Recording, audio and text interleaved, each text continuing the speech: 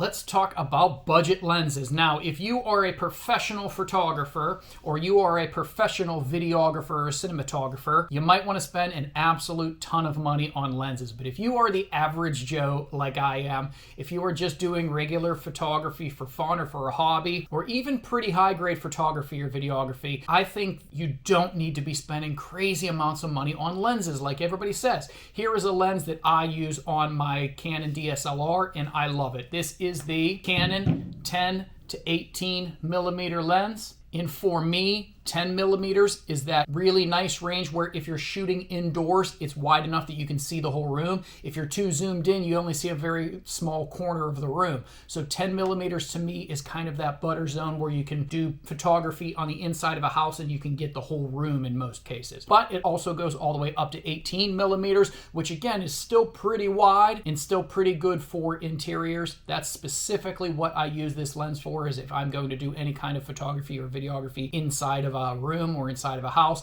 and I need that extra space. And this lens is kind of your average speed, 4.5 to 5.6, which means that your subject, if it's really close to the camera and there's a lot of room behind it, you can get that shallow depth of field. But interiors and things, you're going to be able to pretty much get the foreground and the background in focus. And again, for real estate photography and things like that, I think a slower lens is fine because you don't want that shallow depth of field. You want to be able to see the whole room. So I don't like to spend ridiculous amounts of money on lenses. I think there's a lot more to photography and videography than just the lens you're using. I like to use lenses that are reasonably priced but still really, really high quality. And this Canon 10 to 18, 4.5 to 5.6 is one that I personally use. It is in my arsenal, and I would definitely recommend it.